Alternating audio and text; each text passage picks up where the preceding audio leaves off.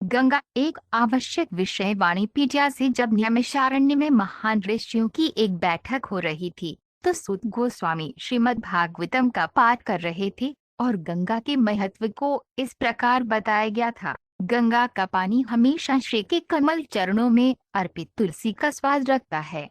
कृष्ण, और इस तरह गंगा का पानी हमेशा बह रहा है, भगवान कृष्ण की महिमा फैला रहा है। जहाँ भी गंगा का पानी बह रहा है सभी बाहरी और आंतरिक रूप से पवित्र हो जाएंगे।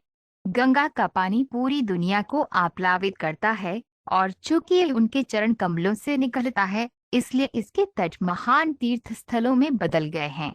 भक्ति का अमृत 7 कृष्ण पुस्तक 68 श्रील प्रभुपाद की पुस्तकें, व्याख्यान, वार्तालाप और पत्र इस आवश्यक विषय की व्यापक प्रस्तुति प्रदान करते हैं जैसा कि वाणी कोट्स गंगा श्रेणी में देखा गया है।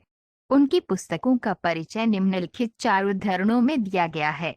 श्रील प्रभुपाद की पुस्तकों से उद्धरण भगवान बहती हुई गंगा की तरह हर जीव के लिए समान है।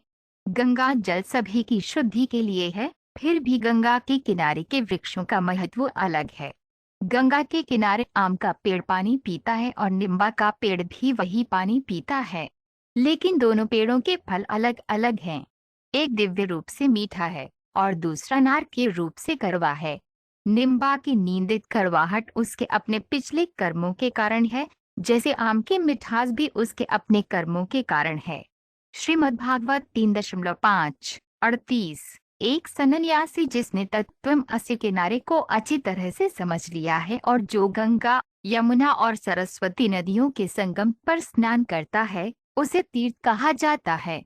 जो व्यक्ति संन्यास ग्रहण करने के लिए बहुत उत्सुक है, जो सांसारिक गतिविधियों से अलग है, जिसे किसी भी प्रकार की भौतिक सुविधाओं की कोई इच्छा नहीं है और जो बार बार जन्म और मृत्यु से बच जाता है, उसे आश्रम कहा जाता है। जब कोई सन्यासी जंगल में एक सुंदर एकांत स्थान पर रहता है और सभी भौतिक इच्छाओं से मुक्त हो जाता है तो उसे वन कहा जाता है। चैतन्य चरितामृत मध्य लीला 6.73। ध्रुवलोक ध्रुव तारा के निकट 7 ग्रहों को शुद्ध करने के बाद गंगा जल को अरबों आकाशीय विमानों में देवताओं के अंतरिक्ष मार्गों के माध्यम से ले जाया जाता है। फिर ये चंद्रमा चंद्रलोक को जलमग्न कर देता है और अंत में मेरु पर्वत के ऊपर भगवान ब्रह्मा के निवास तक पहुंचता है। श्रीमद्भागवत 5.174। वास्तव में देखा गया है कि जो कोई भी नियमित रूप से मां गंगा के जल में स्नान करके उनकी पूजा करता है उसका स्वास्थ्य बहुत अच्छा रहता है और वह धीरे धीरे भगवान का भक्त बन जाता है। ये होता है गंगा जल में स्नान का फल। सभी वैदिक शास्त्रों में गंगा में स्नान करने की सलाह दी गई है और जो कोई इस मार्ग को अपनाएगा वह निश्चित रूप से सभी पापों से पूरी तरह मुक्त हो जाएगा। इसका व्यवहारिक उदाहरण यह है कि महाराज सगर के पुत्र स्वर्ग चले गए जब गंगा के पानी ने उनके जले हुए शरीर की राख को छू लिया। श्रीमद्भागवत 9.914।